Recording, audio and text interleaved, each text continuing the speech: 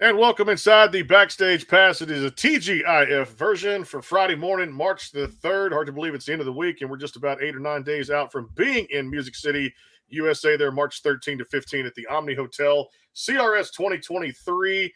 Looking forward to being there. And man, we got a slate of interviews, and it's going to be a lot of fun out there at the Omni for Country Radio Seminar, presented by our friends over at Bangtail Whiskey. You know us, we love to drink here on the show, and you can visit them at bangtail.com, easyliquor.com, shop online, also Total Wine and Specs in Nashville, our friends at Honky Tonk Texas, and of course, we love so Gentle Ben Spirits, the bourbon is fantastic there too. Appreciate them making it a huge part of our success here on the Backstage Pass. And pleased to welcome in, we got to keep it written here. To do that with us is Nashville recording artist Travis Denning joining us here on this Friday. Travis, what's going on, man? Doing great. How about yourself, man? Man, you know, we got to keep it red around here. And I'm going to start right there, too, with just a fantastic EP that you put out there last August. Might as well be me, man. Y'all been riding this thing high, dude. And I tell you what, a lot of the great songs on there, I know you had a lot to do in writing this EP and just putting out some great music. And, man, what a great selection of songs. What a great EP. Just talk about the ride you've been on ever since it came out. Yeah, man, it's just been so cool. I mean, I think for me, this record, it really reflected kind of where I was at in my life when I put it out, and honestly where I'm still at. You know, I'm getting married in a couple months, and I was been engaged for a while and turned 30 years old on December 1st, and I'm just I could not be in a more happy and better place in my life. And so I think that EP just really reflected that. You know, I got some love songs on there to my woman, and some songs about where I come from, and and songs about the wild I like to taste on a Friday night kind of thing. And I just think the whole EP from the get go, a lot of people always ask like, "Oh, when's the full length album? When's this, all that stuff?" And it's like, I might put out a full length one day. I might not. I'm not real sure. All I know is when I had those 6 songs done and recorded in order, I was like, this feels like a great little chunk of music. And I didn't want to sit around and wait for another 6. So we went ahead and put those out. And I love it. It's my favorite sounding stuff we've put out, and first time having Paul DiGiovanni join my longtime producer, Jeremy Stover. And it was a good time making that record. Yeah, let's start off with talking about so many personal songs. Like you mentioned, so many connections, things like that. That's love and law, things like this, and also turn into life's celebration there. Buy a Girl a Drink, man. This has been a great music video. It's a great song you put on the record, too. And you guys have been riding this one very, very high. Yeah, man. It's totally very rooted and inspired by, me and Madison's love story, which started at Losers in Midtown, like all Nashville love stories do. And we met there, hit it off, and we're friends for a good while. But I bought her a drink, she bought me one. We were kind of both keeping tally of the bar tabs, and I had that title on my phone for a long time. And once we finally got around to writing it, I realized it was more about the connection of buy a girl a drink, and then just how crazy you buy a girl a drink, then you talk to her, you kiss her, then you meet her folks, and you get married, and just how fast life can move off of something so simple as a double vodka soda. Simple things make for simple solutions, no doubt. Hey, let's back up a little bit for that top 40 debut single, David Ashley Parker from Powder Springs, certified gold by the RIAA. Fantastic on that too. That song, could you ever imagine the top 4 and getting a certified gold from the RIAA? Nah, man, it's so cool. And, it just very recently went gold, which it peaked at like 32 on the charts. And of course we all want a number 1 song, but that being my first single, it kind of got my foot in the door. And it's pretty cool that it's now gold. And it's like, I'm able to look back on that and go, man, that was massively fan driven, just people heard that song, they connected to it. Everybody who had some wilder days, but back in the day can relate to it. And it's just cool, man. It's like it's not so much like a chip on the shoulder, like, oh, see, I told you it was a hit kind of thing. It's more about just a thankfulness for that time in my life. And Thankful to the fans who continued to stream it. March 16th will be 5 years since I put it out. So I think a lot of people could look at that and go like, oh, it took forever to go gold because nobody gave a shit. And I kind of look at it as like, I kind of look at it as like people kept listening to it. They kept pounding it home, and it finally got there. I'll tell you, back to this current EP, I thought one of my favorite songs off of there too, and just one that takes you on the back roads and where I grew up in the country and loving stuff like that and having a 90s feel to it and having a little bit of that rock anthem kind of into it. Don't Give a Truck. My kid is actually singing this. She's 3 years old. She's learning every word to this song. It's pretty cool just to see her learn new song in country music and find artists that she loves so much, from a very personal story to something that either you went through or had a personal connection with. This song has really, I know, generated a lot of interest around the country music industry. Let's break this one down a little bit. Yeah, man, it's just kind of an ode to a kind of tongue-in-cheek way of looking back and having a conversation with somebody, of just like, look, if you don't want your kid to just find the power in four-wheel drive and the magic of owning a truck as a teenager and how cool it is, then don't give him one, because you will see him go bye-bye into a two lane of freedom, so to speak. And, it applies to all vehicles, right? It's like my first vehicle was a Pontiac car. Mm-hmm. And just being able to drive that thing anywhere I wanted to go on my own, that was literally the coolest moment ever. And it's everybody's coolest moment when you first get your driver's license. But there was a different feeling when I would borrow my dad's truck. Mm-hmm. It was like just a step above.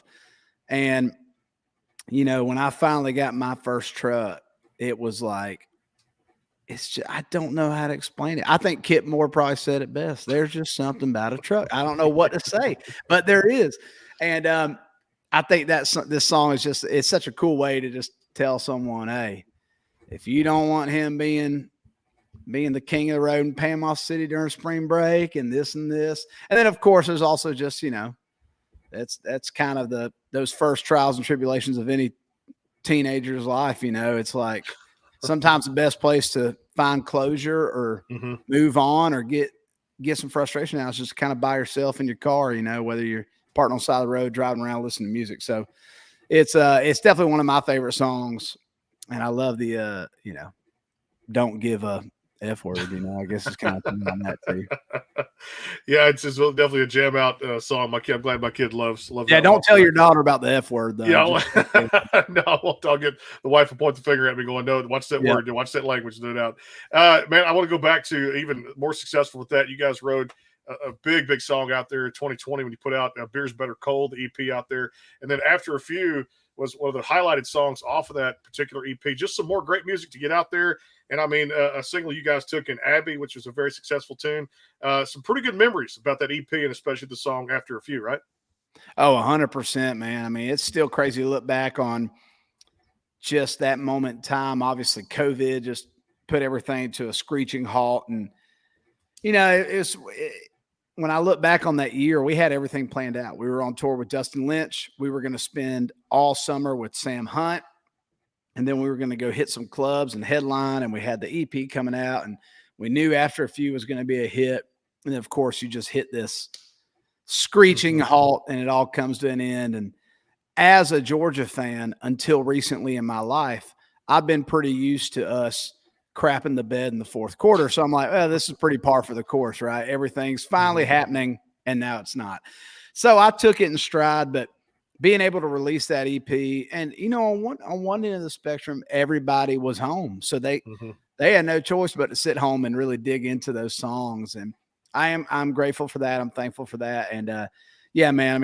After a Few, and honestly, Abby has grown into something bigger than I ever expected.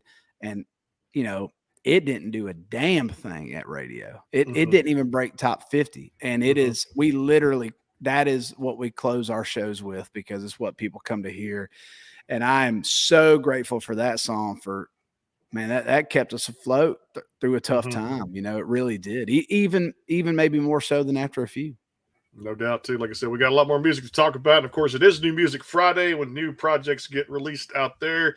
You're going to play one for us acoustically here on the show. We talk about that when we come back. We'll take a quick time out and get adjusted here on the Backstage Pass, pay some bills here. Of course, give credit to our CRS sponsors, Country Radio Seminar, March 13 to 15. The Omni Hotel will be there. Travis will be there with us on one of the days, just hanging out. I'm sure just drinking beer, having a good time out there too, with a great number of guests there. And of course, we'll do some things off-site. And I'm looking forward to going to the Grand Ole Opry for the first time in my life. It's going to be pretty special there when I'm there, March the 15th. Got to support another Texas guy down here. A guy named Randall King. He's doing pretty well, too, out there, too, right now. Texas boy down here, too.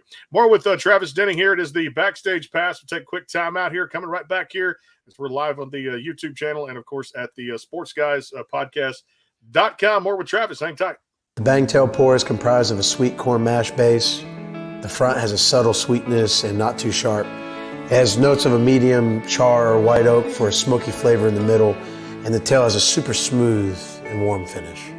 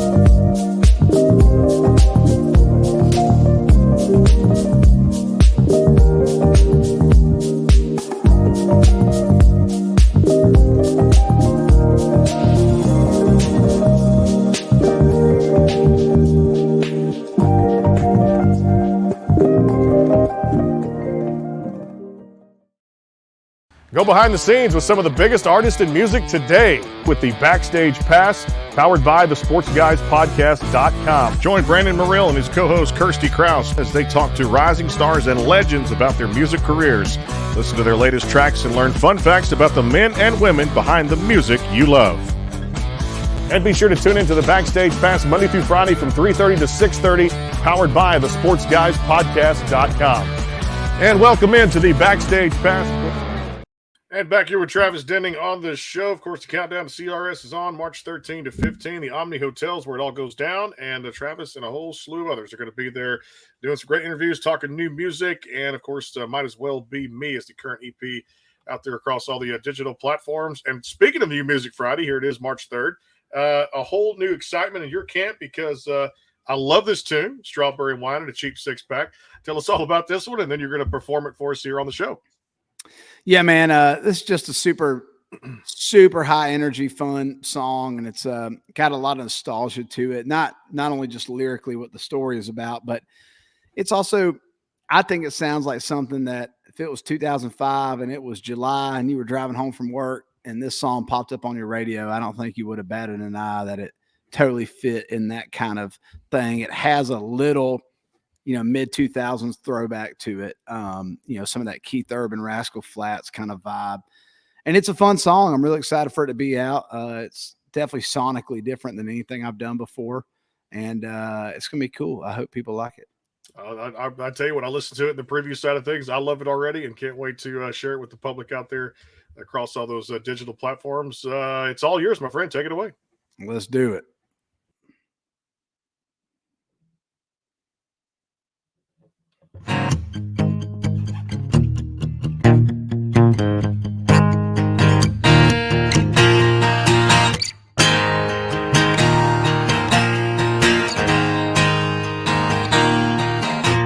Yeah, 9:30. I'd send you a text soon as that sun drive. Kill my headlights.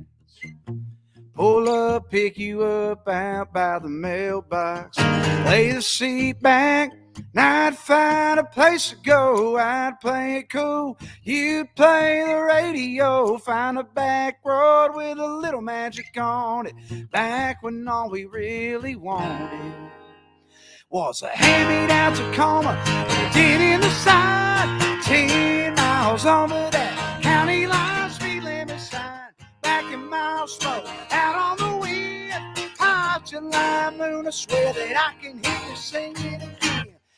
First taste of love. No, I couldn't get enough. Girl, I swear I go when I go back. Strawberry wine in a cheap 6-pack.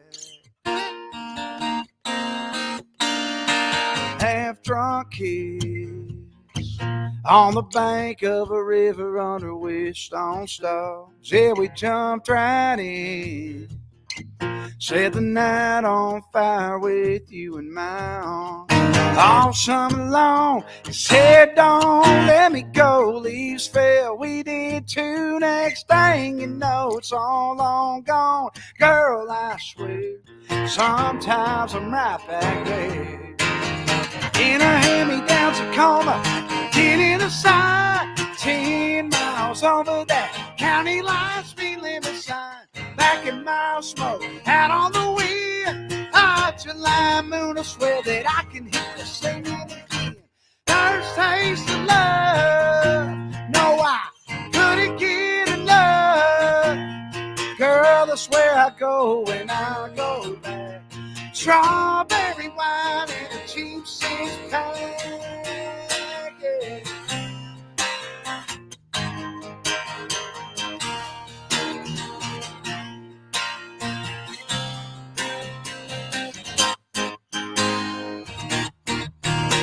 No matter where I go, no matter where I'm at, one sip of that song, girl, I'm right back to a hand-me-down Tacoma with a dent in the side, 10 miles over that county line, speed limit sign.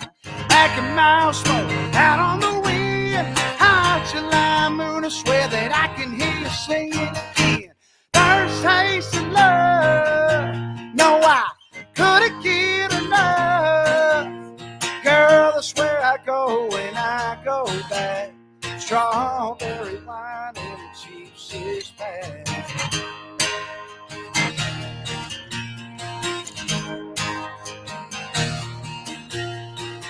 That's where I go when I go back. Strawberry wine in a cheap 6-pack. Gotta love it. New Music Friday here on the Backstage Pass. Strawberry wine and a cheap 6-pack out there from Travis Denning across all the digital platforms too, man. Love it. You're right about that 05 feel just driving down the road. Sounded something like Keith Urban would put out back in the day there with that 90s flavor into early 2000s. The single's going to be smash hit, and I can't wait to see you guys ride it too. And we'll get an update on it there at CRS 2023. In Nashville too as well, March 13 to 15.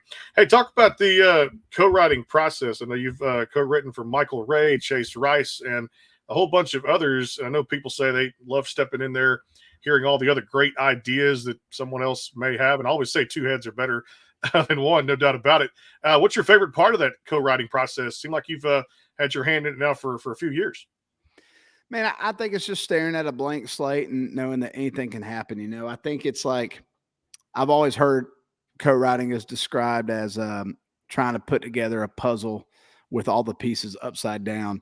And in a lot of ways, that's true, but that doesn't sound fun at all. That sounds like the worst way I could spend my day. To me, I think it's just looking at a blank canvas, you know, it's like, and whatever the idea is or the vibe, you know, the hook, the song direction, the production direction, it's just fun. I think the collaboration is important in country music because country music really is, at the end of the day, about telling stories that we all relate to. I really think that's kind of a core sacred thing about country music.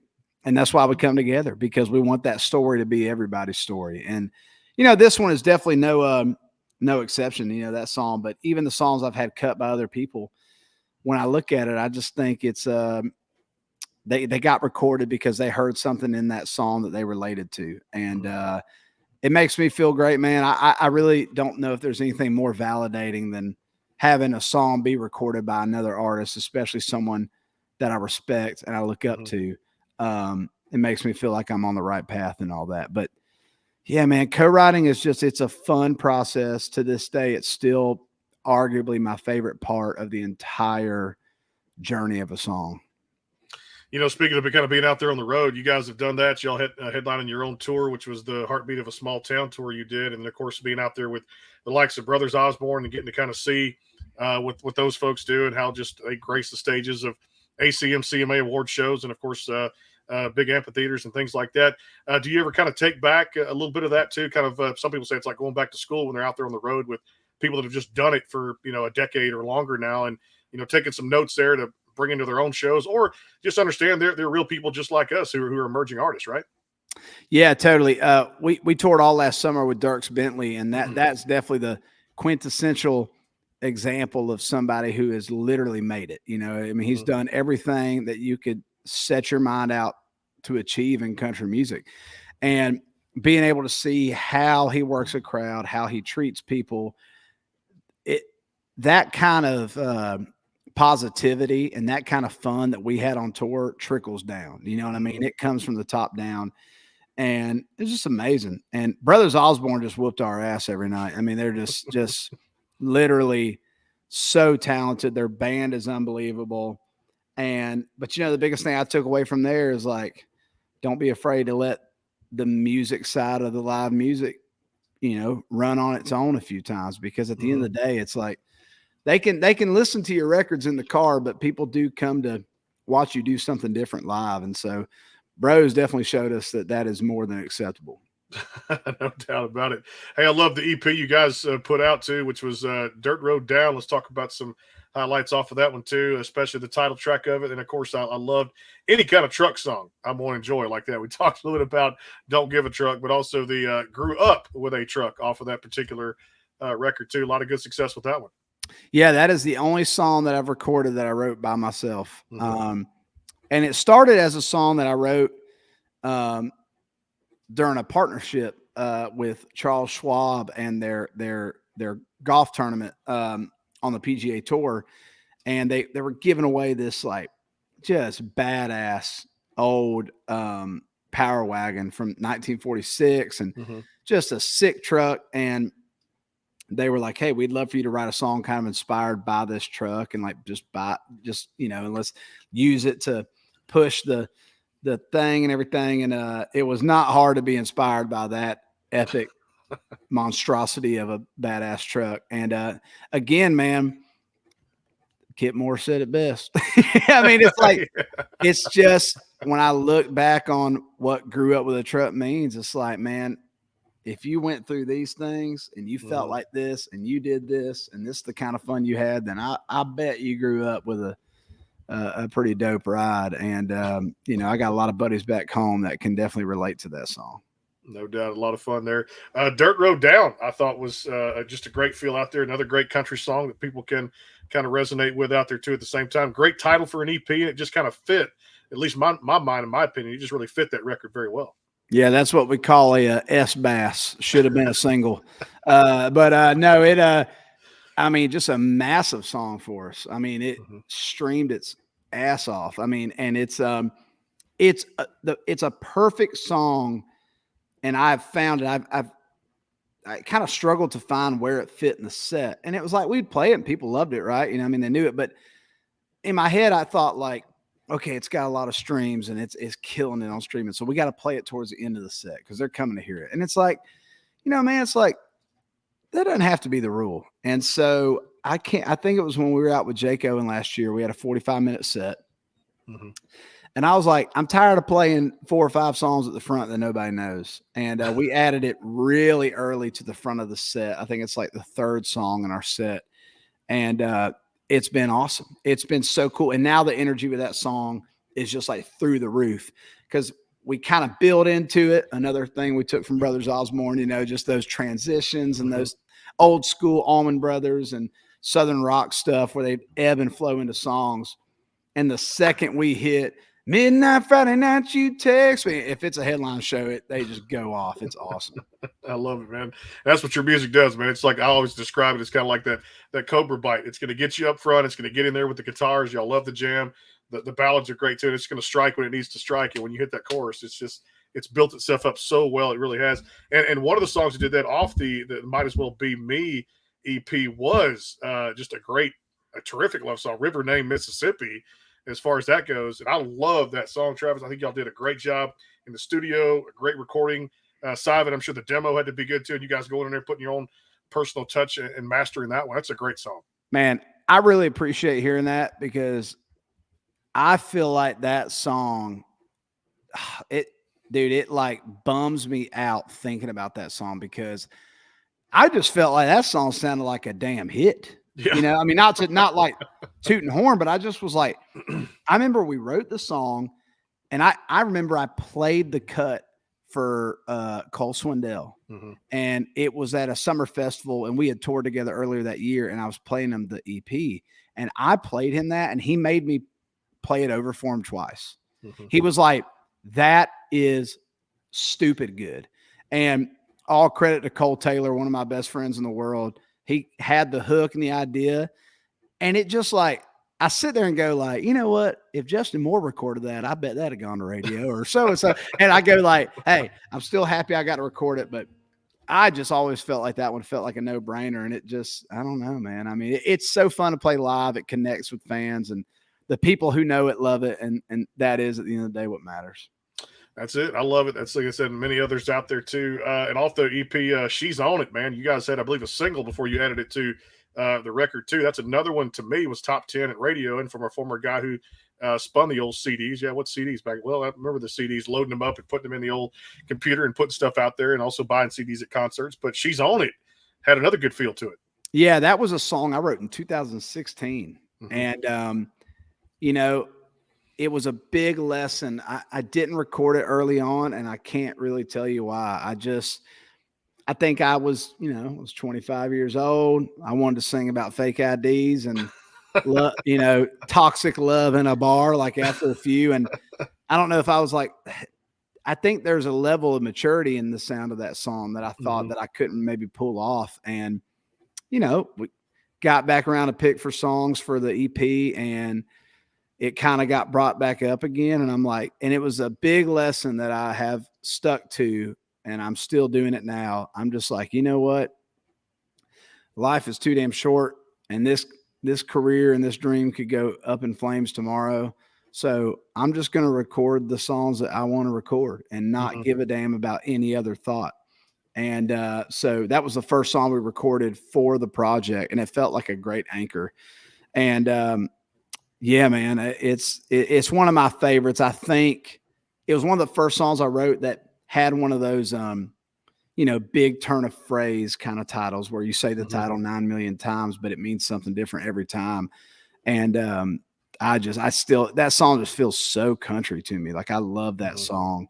And yeah, it was a good anchor. It kind of led to, you know, the title of the EP being Might As Well Be Me, which is lyrically from Red Round Here. That ended up kind of being the creed of the picking process, which came from saying, screw it, I'm just going to cut the stuff that I love and, you know, all this. So yeah, I love that one. So that's what makes you very unique and a damn good artist in my mind, no doubt. Just cut what you love, put it out there. People like it, they're going to gravitate to it, no doubt too. We're going to come back and talk about Call It Country, and of course finish up with a little segment called Rapid Fire. There's probably going to be some Georgia Bulldog talk in there too after the route for the championship game this past year too, and the dynasty they're building there with Kirby Smart, and of course the Tennessee Titans. We're getting a little sports talk with Travis here on the Backstage Pass, presented by our friends over at Bangtail Whiskey. Check them out at bangtail.com, easyliquor.com, and Total Wine and Specs in Nashville, and of course Gentle Ben Spirits and our friends over at Honky Tonk Texas. Come back, a few minutes left with Travis Denning here as we count down to CRS 2023 in Nashville, Tennessee at the Omni Hotel. Quick timeout, coming right back here. It is the Backstage Pass. Stay tuned. The Bangtail pour is comprised of a sweet corn mash base. The front has a subtle sweetness and not too sharp. It has notes of a medium char or white oak for a smoky flavor in the middle, and the tail has a super smooth and warm finish. Go behind the scenes with some of the biggest artists in music today with the Backstage Pass, powered by the SportsGuysPodcast.com. Join Brandon Morrill and his co-host Kirsty Krause as they talk to rising stars and legends about their music careers. Listen to their latest tracks and learn fun facts about the men and women behind the music you love. And be sure to tune into the Backstage Pass Monday through Friday from 3:30 to 6:30, powered by the SportsGuysPodcast.com. And welcome into the Backstage Pass.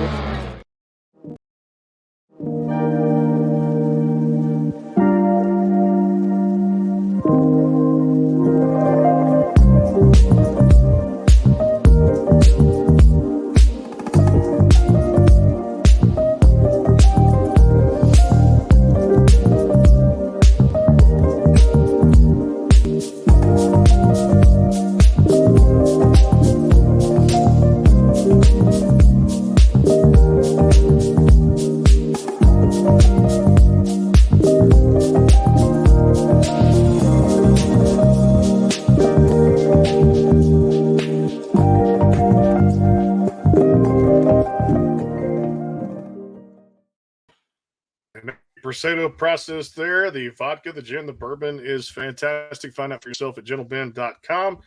And of course, their friends over at Honky Tonk Texas and Bangtail Whiskey, presenting sponsors of CRS 2023, March 13 to 15, Nashville, Tennessee. The Omni Hotel is where it goes down. We're excited to be a part of it this year, and definitely look forward to you guys tuning in on YouTube and, of course, all of our socials out there, too, for the live, yes, I said it, live broadcast there at the Omni Hotel. Back here with Travis Denning on the show. The new single is out, Strawberry Wine and a Cheap Six-Pack, across all the digital platforms. And also check out travisdenning.com for more tour dates out there, too. You guys can see if he's coming to your neck of the woods. Let's break down Call It Country. I thought that was a very unique one there, 2021, when you guys put out a great single. I know Abby was on there, too, for a little two-song project you did. But I thought Call It Country made a statement, at least for me, too. Yeah, just a barn burner, kick in the face kind of opening song. And yeah, we've that one will probably never leave the set list. Selfishly, it's one of my favorites to play. I'm a absolute massive metal head, and I've loved heavy metal music my whole life pretty much, and it's been just as equally influential to me, mainly on a guitar playing side as country music. And so that's definitely the best balance so far that I've had of both worlds, you know. And it's a fun one, man. That's another one. I walked into the room to write that with Jesse Alexander and Chris Stevens, two of my close friends. And I said, I ain't writing a damn thing slower than about 125 BPMs today. So I was like, I was in the mood. And just so fun to play live. We've extended the solo section now. It's probably about 6-7 minutes long live, and it's fun. All right, let's get into a little rapid fire here. I love it. Georgia Bulldogs, Kirby Smart, Dynasty killed TCU this past year in the championship game. I know you love football, and I know you reference football in a few songs here and there, but I love the fact you're a great sports fan too, and just love your team through thick and thin. This is the start of something special at Georgia. Go Dogs, right? Go Dogs, baby. It's wild to think about. Yeah, I got to go to LA with my dad and go to the game, and just it's hard to even think about, man. I mean, I've spent my whole life being just almost there and then let down and short, and I've become pretty good buddies with some players and some old players, and me and Aaron Murray talk about it all the time. He's just like, dude, this is the good old days of Georgia football right now.